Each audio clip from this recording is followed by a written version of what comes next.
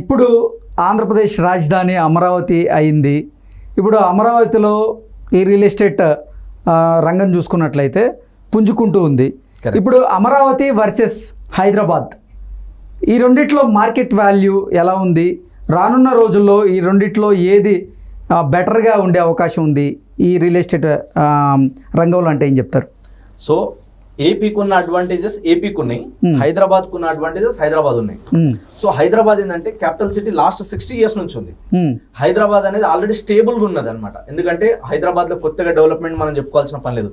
Already IT hub ఏది ఉంది అంటే మనకి ఇండియా మొత్తంలో ఇలా బెంగళూరుని బీట్ చేసి నెంబర్ 1 పొజిషన్ లో ఉంది మన హైదరాబాద్.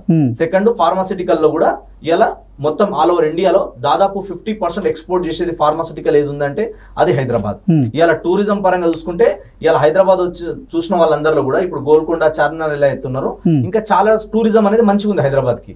తర్వాత ఇంకొకటి ఏముంది, అన్ని మన ఇండియాలో అన్ని లాంగ్వేజెస్ వాళ్ళు హైదరాబాద్ లో ఈజీగా ఉండగలుగుతున్నారు. లాంగ్వేజ్ ప్రాబ్లం, బ్యారియర్స్ అనేది ఏం లేవు. తర్వాత అన్ని రకాల ఫుడ్ టేస్ట్ ఉన్న వాళ్ళు కూడా హైదరాబాద్ లో ఉండగలుగుతున్నారు. దీంతో పాటు హైదరాబాద్ లో ఏంటంటే ఆల్రెడీ మనకి అన్ని రకాల ఎమ్యూనిటీస్ ఉన్నాయి, అన్ని రకాల ఫెసిలిటీస్ ఉన్నాయి, కంఫర్టబుల్ లివింగ్ ఉంది. తర్వాత కాస్ట్ ఆఫ్ లివింగ్ కూడా చాలా కంట్రోల్లో ఉంది. ఇలా చూసుకుంటూ పోతే చాలా అడ్వాంటేజెస్ అనేది ఆల్రెడీ హైదరాబాద్ కు ఉంది. సో హైదరాబాద్ జనాభా ఇప్పుడు ఎంత ఉంది, దాదాపు 1.5 కోటి దగ్గరలో ఉంది. సో రానున్న 10 సంవత్సరాలలో, రానున్న 20 సంవత్సరాలలో ఇది వచ్చేసి మనకి నెక్స్ట్ 10 సంవత్సరాలు 20 సంవత్సరాలు చూసుకుంటే 2.5 కోట్ల వరకు చేరే అవకాశం ఉందని చెప్పి కొన్ని సర్వేలు చెప్తా ఉన్నాయి, కొన్ని ఆర్టికల్లో నేను కూడా చదివిన. సో ఇంతలా పెరగడానికి ఛాన్సెస్ ఉంది. హైదరాబాద్ వదిలేసి కొత్తగా వేరే దగ్గర పోరు. ఎందుకంటే హైదరాబాద్ ఆల్రెడీ ఇది మన ఓన్లీ తెలంగాణ, ఆంధ్రప్రదేశ్ మాట్లాడేది కాకుండా వరల్డ్ వైడ్ మొత్తం హైదరాబాద్ సైడ్ చూస్తుంది. అలా హైదరాబాద్ కి అంత పొటెన్షియల్. హైదరాబాద్ ఏపీతోనో, కర్ణాటకతోనో, మహారాష్ట్రతోనో పోటీ పడేది కాదు. హైదరాబాద్ అనేది ఇంటర్నేషనల్ మార్కెట్ తో పోటీ పడే ప్లేస్ అనమాట. సో హైదరాబాద్ కు ఉండే అడ్వాంటేజ్ హైదరాబాద్ కు ఉంది. ప్లస్ పోలీస్ సెక్యూరిటీ బాగుంది, ఇక్కడ క్లైమేట్ మంచిగా ఉంటది. ఇలా చెప్పుకుంటూ పోతే కొన్ని వందల ఫ్యాక్టర్స్ ఉన్నాయి. సో హైదరాబాద్ కి అనేది ఎలాంటి తిరుగు లేదు.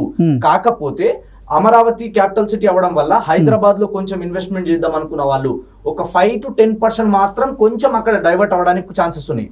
ఇప్పుడు అక్కడ కూడా రేట్లు ఏం తక్కువ లేవు, మళ్ళీ అక్కడ కూడా బాగా పెరిగినాయి కాబట్టి.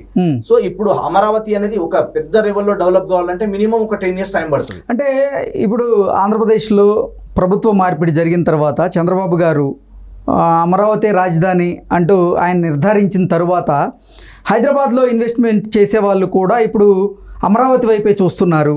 సో హైదరాబాద్ మీద ఆ ప్రభావం పడేటువంటి అవకాశం అయితే ఖచ్చితంగా ఉంది అంటూ కొన్ని వార్తలు అయితే వస్తూ ఉన్నాయి. వాటి మీద మీ అభిప్రాయం ఏంటి? ఖచ్చితంగా ఎఫెక్ట్ అంటే 5-10% ఉంటుంది, ఎక్కువ ఉండదు. ఎందుకంటే హైదరాబాద్ అనేది ఆల్రెడీ డెవలప్డ్ కాబట్టి. హైదరాబాద్ లో ఇప్పుడు ఎయిర్పోర్ట్ ఉంది, మనకి అన్ని రకాల ఫెసిలిటీస్ ఉన్నాయి. అక్కడ అంతలాగా డెవలప్మెంట్ అవ్వాలి అంటే హైదరాబాద్ లాంటి జనాలు రావాలి. హైదరాబాద్ లాంటిది ఎప్పుడైనా కానీ ఎక్కడ ఏరియా బాగా డెవలప్మెంట్ అవుతుంది అంటే, మన స్టేట్ అయినా సరే ఏదైనా డెవలప్మెంట్ ఎప్పుడు అవుతుంది బాగా అంటే వేరే సైడ్ నుంచి, వేరే దగ్గర నుంచి ఇన్కమ్ మన దగ్గర రావాలి. ఇన్కమ్ ఎప్పుడైతే ఇక్కడ మనకు పెరుగుతూ పోతుందో అప్పుడే గ్రోత్ అవుతుంది స్టేట్ అయినా ఏదైనా మన కంట్రీ అయినా కూడా. సో అలాగా ఇప్పుడు అమరావతి ఇప్పుడు ఎమర్జింగ్ సిటీ అనమాట, ఎమర్జింగ్ మార్కెట్ లో ఉంది. హైదరాబాద్ అనేది ఆల్రెడీ డెవలప్డ్ లో ఉంది. సో ఇప్పుడు ఇంకోటి తెలంగాణ గవర్నమెంట్ ఏమంటున్నారు, సీఎం రేవంత్ రెడ్డి గారు హైదరాబాద్ చుట్టుపక్కల ఇప్పుడు ఏదైతే ఔటర్ రింగ్ రోడ్ దాటిన తర్వాత రీజనల్ రింగ్ రోడ్ వరకు సిటీ అంతా ఎక్స్పాండ్ చేయడం, HMDA లిమిట్స్ పెంచడం. దీంతో పాటు ఇప్పుడు నెక్స్ట్ మనకి August 1 నుంచి మార్కెట్ వాల్యూస్ అనేది 20% నుంచి 40% వరకు మార్కెట్ వాల్యూస్ పెంచబోతున్నారు. ఎందుకు పెంచబోతున్నారు అంటే ఇక్కడ ఉన్న అడ్వాంటేజెస్ అవి ఉన్నాయి. ఇక్కడ ఉన్న వాళ్ళందరూ ఇక్కడ నుంచి వెళ్ళిపోరు కదా, పోతే 5-10% పోతారేమో పెద్ద ఇన్వెస్టర్స్. ఇంకోటి ఏంటంటే హైదరాబాద్ ఆల్రెడీ సేఫ్టీ ఉంది, ఇందాక కూడా మీకు చెప్పిన ఆల్రెడీ. అక్కడ స్టేబుల్ గా 10 సంవత్సరాలు ఒక గవర్నమెంట్ ఉంటేనే పెద్ద డెవలప్మెంట్స్ కి ఎక్కువ ఛాన్సెస్ ఉంటాయి. మళ్ళీ గవర్నమెంట్ మారింది అనుకోండి, మళ్ళీ డెవలప్మెంట్స్ కి ఎక్కువ స్కోప్ ఉండదు. ఇది నేనే కాదు చెప్పింది, ఎవరిని మీరు అడిగినా చెప్తారు. ఎందుకంటే డెవలప్మెంట్స్ ఇన్వెస్టర్ ఏం ఆలోచిస్తాడు, ఇక్కడ నేను పెట్టుబడి పెడితే సేఫా కాదా, ఈ గవర్నమెంట్ నేను ఇప్పుడు వీళ్ళని చూసి నేను పెట్టుబడి పెట్టినా, వీళ్ళు 10 సంవత్సరాలు ఉంటే నేను ఇక్కడ ఎస్టాబ్లిష్ చేస్తే 10 సంవత్సరాలు నాకు ఎంతవరకు ప్రాఫిట్స్ కానీ ఏ విధంగా ఉంటుంది, నేను మార్కెట్ ఎలా చేసుకోగలుగుతా అని చూస్తారు. ఇప్పుడు 5 years లో పెట్టాలంటే 5 years లో ఎప్పుడు కన్స్ట్రక్షన్ చేయాలి, ఎప్పుడు డెవలప్ చేయాలి, ఎప్పుడు ప్రాసెస్ చేయాలి, ఇవన్నీ చాలా టైం పడుతుంది అనమాట. సో పెద్ద ఇన్వెస్టర్స్, పెద్ద ఎంటర్ప్రినర్స్, పెద్ద బిజినెస్ టైకూన్స్ ఏం చూస్తారంటే స్టేబుల్ గా ఉంది గవర్నమెంట్, అక్కడ మనకి ఇప్పుడు ఇన్వెస్ట్మెంట్ చేస్తే నెక్స్ట్ 10 years ఎలాంటి డోకా లేదని ధైర్యం వచ్చిన తర్వాతనే ఎవరైనా సరే ఇన్వెస్ట్మెంట్ చేస్తారనమాట. ఎందుకంటే ఏదో 10 రూపాయలు 20 రూపాయలు కాదు కదా, 1000 కోట్ల ఇన్వెస్ట్మెంట్ చేసేటప్పుడు అది మళ్ళీ మనకి రిటర్న్ డబ్బులు సంపాదించే విధంగా ఉండాలి, మళ్ళీ అక్కడ నుంచి డబ్బులు పుట్టే విధంగా ఉండాలని చూసుకున్న తర్వాతనే పెడతారు. కాబట్టి అమరావతిలో గ్రోత్ ఖచ్చితంగా ఉంటది, కానీ హైదరాబాద్ ని బీట్ చేసేంత, హైదరాబాద్ ని తలదన్నేంత అయితే ఖచ్చితంగా ఉండదు. అలా అవ్వాలంటే టైం పడుతుంది, చాలా టైం పడుతుంది. ఎంత టైం పట్టే అవకాశం ఉంది? ఇప్పుడు హైదరాబాద్ డెవలప్ అవడానికి దాదాపు 20 నుంచి 30 ఏళ్ళు పట్టింది, అంత టైం పట్టొచ్చు. ఇంకోటి ఏంటంటే అక్కడ క్లైమేట్ కి ఇక్కడ క్లైమేట్ కి కొంచెం డిఫరెన్స్ కూడా ఉంది కాబట్టి హైదరాబాద్ అనేది హైదరాబాదే ఉంటది.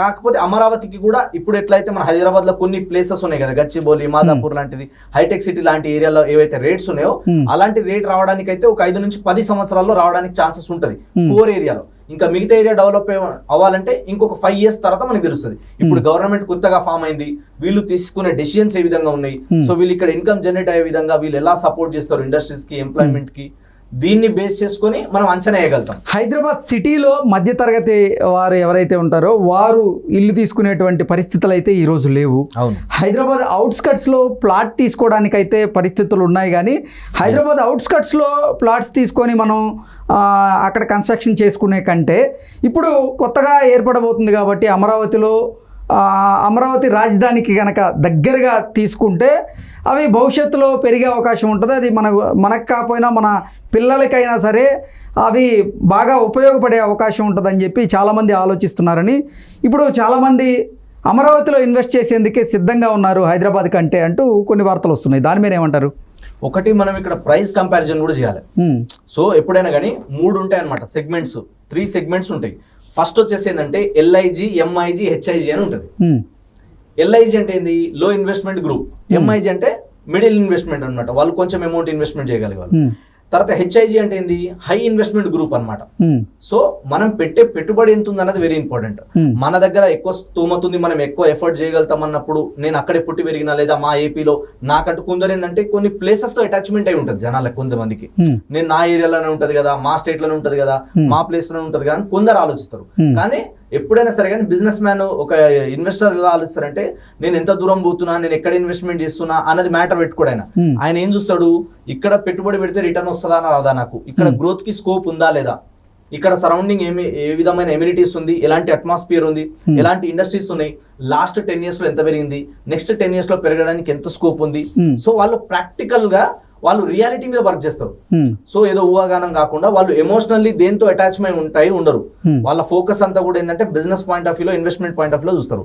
ఒకవేళ నేను అక్కడే ఉండాలి అనుకున్న వాళ్ళు కొంతమంది అక్కడ ఇన్వెస్ట్మెంట్ చేయగలుగుతారు తప్ప, మిగతా వాళ్ళు ఏంటంటే ఆల్రెడీ హైదరాబాద్ మంచి డెవలప్మెంట్ అయి ఉంది, ఇప్పుడు హైదరాబాద్ నుంచి 100 kilometer రేడియస్ వరకు బాగా పెరుగుతుంది, నెక్స్ట్ 10 years లో ఇక్కడ కూడా బాగా పెరిగే ఛాన్సెస్ ఉన్నాయని చెప్పి, ఇక్కడైతే సేఫ్టీ ఉంది, సెక్యూరిటీ ఉంది, ఎలాంటి ఇబ్బందులు లేదని ఇక్కడ పెట్టుబడి పెట్టుకునే వాళ్ళు ఆల్రెడీ పెడుతున్నారు. దీన్ని క్యాచ్ చేసుకుని గవర్నమెంట్ మళ్ళీ మార్కెట్ వాల్యూ, ల్యాండ్ వాల్యూ పెంచుదామనే ఆలోచనలు ఉన్నారు. ఇప్పుడు ఏపీలో కూడా ఏమవుతుంది, నెక్స్ట్ మొన్నటిదాకా ల్యాండ్ వాల్యూస్ అన్ని పెరగలేదు కదా, ఒకటేసారి ధమ్మని పెరిగింది కదా. సో దీని వల్ల గవర్నమెంట్ కూడా పెంచుతుంది కంపల్సరీ. ఎందుకంటే ఇప్పుడు పథకాలన్నీ ఇవ్వాలన్నా, అక్కడ స్టేట్ ని డెవలప్మెంట్ చేయాలన్నా కూడా డబ్బు రావాలి. డబ్బు రావాలంటే ఖచ్చితంగా 3 ఇండస్ట్రీస్ ఉంటాయి మేజర్ గా. ఒకటి వచ్చేసింది మనకి రియల్ ఎస్టేట్ నుంచి వస్తుంది, రియల్ ఎస్టేట్ నుంచి గవర్నమెంట్ కి ఎక్కువ ఫండ్ వస్తుంది. తర్వాత సెకండ్ వచ్చేసింది అంటే లిక్కర్ నుంచి వస్తుంది. థర్డ్ ఎక్కడ నుంచి వస్తుంది అంటే ట్రాన్స్పోర్టేషన్ నుంచి వస్తుంది. సో ఈ 3 ఇండస్ట్రీస్ కి తిరుగులేదన్నమాట ఖచ్చితంగా. సో గవర్నమెంట్ కూడా దీనికి సపోర్ట్ చేస్తుంది కాబట్టి, ఇక్కడ నుంచి వచ్చే ఇన్కమ్ తో డెవలప్మెంట్ చేయాలి కాబట్టి ఈ 3 ఇండస్ట్రీస్ కి ఎక్కువ సపోర్ట్ చేయడానికి స్కోప్ ఉంటుంది. కాబట్టి హైదరాబాద్ అనేది ఆల్రెడీ వెల్ ఎస్టాబ్లిష్డ్ కాబట్టి, ఇక్కడ నేషనల్ హైవే, ఇప్పుడు ఇంకోటి స్టేట్ హైవేస్ కి కనెక్టివిటీ రోడ్స్ ఉన్నాయి కాబట్టి హైదరాబాదే, ఏపీ కాబట్టి దీనికి దానికి కంపారిజన్ అనేది ఏం లేదు.